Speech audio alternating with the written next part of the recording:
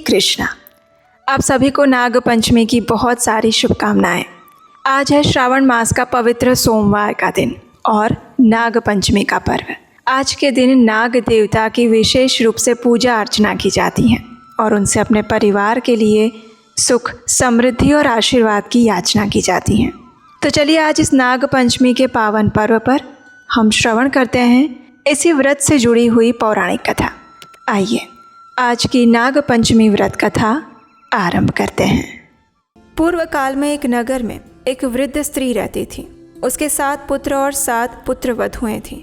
उसमें से सबसे छोटी बहू के मायके में कोई नहीं था और इसलिए उसे सभी अभागन कहते हुए कटु वचन कहते थे। इतना ही नहीं, उसे पर्याप्त मात्रा में भोजन, अन्न इत्यादि भी नहीं दिया जाता था। समस्त घर का कामकाज उसे करना पड़ता था। अब पूर्णिमा का दिवस था, इसलिए घर में गाय भैंस के दूध से खीर बनाई गई थी। घर में सभी ने पेट भरकर भोजन लिया, लेकिन उस सबसे छोटी बहू को खाने पर नहीं बुलाया गया। उस समय वो गर्भवती थी, उसे भी खीर खाने का मन कर रहा था। जब उसने रसोई में जाकर देखा तो वो समाप्त हो चुकी थी और तभी उसकी सास ने कहा, अरे क्या देख रही है, जो भी बचा खुचा है वो खा ले और खाने के बाद बर्तन साफ कर देना। उस बहू ने देखा तो बर्तन खाली था। खाए तो भी क्या, उसकी आंखें आंसू से भर आई। रोती हुई भूखे पेट वो झूठे बर्तन लेकर नदी किनारे जाती है। उस बर्तन को साफ करते समय वो देखती है कि खीर के बर्तन में थोड़ी सी खीर पड़ी हुई थी जो आसपास चिपकी हुई थी। ये देखकर उस छोटी बहू ने अत्यंत प्रसन्नता पूर्वक उसी खीर को अपनी साड़ी के पल्लू में बांध लिया और उसे किनारे पर रख दिया। उसने सोचा कि स्नान के बाद इसे शांति से खा लूंगी, लेकिन उसी समय एक नागिन की दृष्टि साड़ी के पल्लू में बंधी हुई उस खीर पर पड़ी। वो भी गर्भवती थी, इसलिए चुपके से आकर उसने वो खीर ले ली। अब छोटी बहू बर्तन साफ करके स्नान करने के बाद वापस आई तो उसने देखा कि साड़ी के पल्लू में बंधी हुई खीर वहाँ नहीं थी। वो नागिन दूर से ये सब कुछ देख रही थी। उसने सोचा कि अब ये बहू अवश्य ही मुझे अपशब्द कहेंगी, लेकिन छोटी बहू ने कुछ भी नहीं कहा। उसने कहा, कोई बात नहीं, मेरे जैसी कोई दुखियारी होगी जिसने ये खीर खाई है। खीर खाकर जैसे मेरे उदर में ठंडक पहुंचती, वैसे ही उसका उदर भी ठंडा हो। इस प्रकार आशीर्वाद देने लगी। ये सुनकर नागिन अत्यंत प्रसन्न हुई और छोटी बहू के पास आकर उसने कहा, बहन, तुम्हारी खीर मैं ही खा चुकी हूँ, मुझे बताओ तुम्हें क्या दुख है। तब छोटी बहू ने विस्तार से सारी चीजें कही। उसने कहा, माता, मेरे मायके में कोई नहीं है, इसलिए सभी मुझे ताने मारते हैं। न भरपेट भोजन दिया जाता है। इस समय मैं गर्भवती हूँ और मेरा सीमंतोन्नयन संस्कार करने का समय आ गया है, लेकिन इस रस्म को करने वाला कोई नहीं है। इतना कहते ही उसकी आंखों में आंसू भर आए। ये देखकर उस नागिन को दया आ गई। उसने कहा, पुत्री, दुखी मत हो, आज से हम ही तुम्हारे मायके और परिवार वाले हैं। जब भी तुम्हारी गोद भरने का समय आए तब उस बिल के पास आकर मुझे आमंत्रण पत्रिका दे जाना।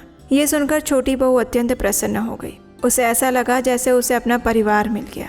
इस प्रकार बातचीत करके प्रसन्नता पूर्वक वो अपने घर आ गई। कुछ समय बाद उसकी गोद भराई का समय आ गया। घर में सभी बातें करने लगे कि इसके मायके में तो कोई नहीं है, इसलिए इसकी गोद भराई की कोई आवश्यकता ही नहीं है। ये सुनकर छोटी बहू मन ही मन व्याकुल होने लगी। फिर भी उसने अपनी सासू माँ से कहा कि मेरे मायके में दूर के सगे रहते हैं, इसलिए निमंत्रण पत्रिका तो लिख कर दीजिए। ये सुनकर पास में बैठी एक वृद्ध स्त्री ने कहा, पत्रिका लिखने में क्या जाता है, लिख कर दे दो। ये सुनकर सासू माँ ने निमंत्रण पत्रिका लिख दी और उसे लेकर छोटी बहू उस बिल के पास रखकर आ गई। अब गोद भराई का समय आया। सासू माँ ताने मारने लगी कि शीघ्र करो, पकवान बनाओ, अभी बहू के मायके वाले आएंगे और साथ ही बहुत सारी सौगात भी लेकर आएंगे।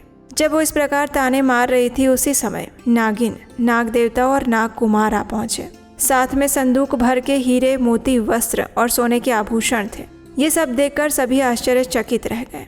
वास्तव में सबके लिए पकवान बनाए गए, लेकिन नाग देवता ने कहा, हमारे लिए दूध ही पर्याप्त है। तब सासू माँ ने बड़े बड़े बर्तनों में दूध चूल्हे पर चढ़ाया। छोटी बहू को सुंदर वस्त्र आभूषणों से सजाया और ये देखकर ससुराल वाले शांत हो गए। अच्छे से उसकी गोद भराई की रस्म पूर्ण हुई। तब नाग देवता ने कहा, अब हमारी पुत्री को विदा कीजिए। संतान आने के बाद 1.25 महीने के बाद हम आपकी बहू को वापस लेकर आएंगे। तब सासू माँ ने छोटी बहू को विदा किया और नाग देवता भी छोटी बहू को लेकर चलने लगे। उन्होंने कहा, बहन, घबराना मत, हमारे पीछे पीछे चली आओ। इस प्रकार चलते चलते एक गुफा में पहुंचकर वहां जाकर देखा तो एक राजमहल दिखाई दिया। छोटी बहू वो देखकर प्रसन्न हो गई। तब नागिन ने कहा, बहन, ये नाग कुमारों को अपने भाई ही समान समझना, यहाँ आनंद पूर्वक रहो, लेकिन तुम्हें एक काम करना होगा। सुबह, दोपहर और संध्या समय में ये घंटी बजाना, जिससे सभी नाग कुमार दूध पीने के लिए एकत्रित हो जाए। उनको नियमित रूप से दूध पिलाने का कार्य तुम्हारा है। समय बीतने लगा। छोटी बहू ने देवतुल्य पुत्र को जन्म दिया। पुत्र दिन ब दिन बड़ा होने लगा और इस प्रकार छोटी बहू का पुत्र बड़ा हो गया। एक दिन छोटी बहू दूध गर्म करने के बाद ठंडा करने के लिए बाहर रखकर आई थी और उस समय उसका पुत्र खेलते खेलते उस दूध के पास जा पहुंचा। वहां पड़ी घंटी को देखा और वो घंटी बजाने लगा। घंटी की आवाज़ सुनते ही सभी नाग कुमार वहां दौड़ते हुए आ गए। उनको देखकर पुत्र भयभीत हो गया और उसके हाथ से घंटी छूटकर गिर गई और वो घंटी उनमें से 2 नाग कुमारों की पूंछ पर गिरी, जिससे उनकी पूंछ कट गई। दूसरे नाग कुमार ने जब दूध पीना शुरू किया तो गर्म दूध के कारण उनका मुंह जलने लगा। जब छोटी बहू ने यह देखा तो वो अत्यंत दुखी हो गई, लेकिन वो क्या कर सकती थी। उसका पुत्र भी छोटा था, उसे भी वो क्या कह सकती थी। लेकिन ये देखकर नाग कुमार अत्यंत क्रोधित हो गए और कहने लगे कि हम तुम्हारे पुत्र को नहीं छोड़ेंगे। उतने में नाग माता वहां पर आ गई। उन्होंने नाग कुमारों को शांत किया, लेकिन उसके मन में अभी भी द्वेष था। अगले दिन छोटी बहू को ससुराल भेजने का समय आ गया, इसलिए नाग माता ने उसे बहुत सारी भेंट सौगात दी और विदा करते हुए कहा कि पुत्री, अगर कोई दुख हो तो यहाँ आ जाना। अब छोटी बहू वापस ससुराल में गई। सासू माँ छोटी बहू और पुत्र को देखकर प्रसन्न हो गई, लेकिन दूसरी बहुएं मन ही मन सोचने लगी कि अब सासू माँ इसे अधिक प्रेम करेगी। इस प्रकार सोचकर उससे ईर्ष्या करने लगी। अब इस ओर नाग कुमारों के मन में अभी भी द्वेष था, इसलिए वे मन ही मन सोचने लगे कि यहाँ तो माता ने उसके पुत्र को मारने से रोक लिया था, लेकिन वहाँ कौन रोकेगा। इस प्रकार सोचकर सभी नाग कुमार छोटी बहू के ससुराल में आ गए। वहाँ पड़े एक घंटे के नीचे छुप गए। उस समय छोटी बहू पानी का घड़ा भरकर आ रही थी, तभी उसको ठोकर लगी और नाग कुमारों को याद करते हुए उसने कहा, हे प्रभु, मेरे वीर भाइयों की रक्षा करना। ये सुनकर नाग कुमार सोचने लगे कि अभी भी हमारी बहन हमें इतना याद करती है। इसी प्रकार दूसरे दिन भी छोटी बहू पानी भरने गई। तब भी नाग कुमार चुपके से वहां पर आ गए और उस समय भी छोटी बहू को ठेस लगी और फिर से उसने वही कहा। अपनी बहन का ऐसा प्रेम देखकर उसके पुत्र को डंसने का विचार उन नाग कुमारों ने छोड़ दिया और फिर वहां से चले गए। अब एक दिन खेलते खेलते छोटी बहू के पुत्र ने बड़ी बहू के दूध की प्याली को गिरा दिया और ये देखकर वो बहुत क्रोधित हुई। वो बालक पर क्रोध करने लगी, उसे ताने मारने लगी कि मेरा दूध क्यों गिरा दिया, तुम तो बड़े मायके वाले हो, तुम्हारे लिए तो कल आ जाएगा, लेकिन हमारा क्या। इस बात से छोटी बहू बहुत दुखी हो गई।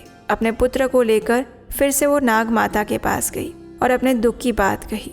नाग माता ने भी 2 दिन उसे अपने पास रखा और कहा, पुत्री, चिंता मत करो, जाओ तुम अपने घर पर जाओ, मैं तुम्हें कल गाय भेज दूंगी।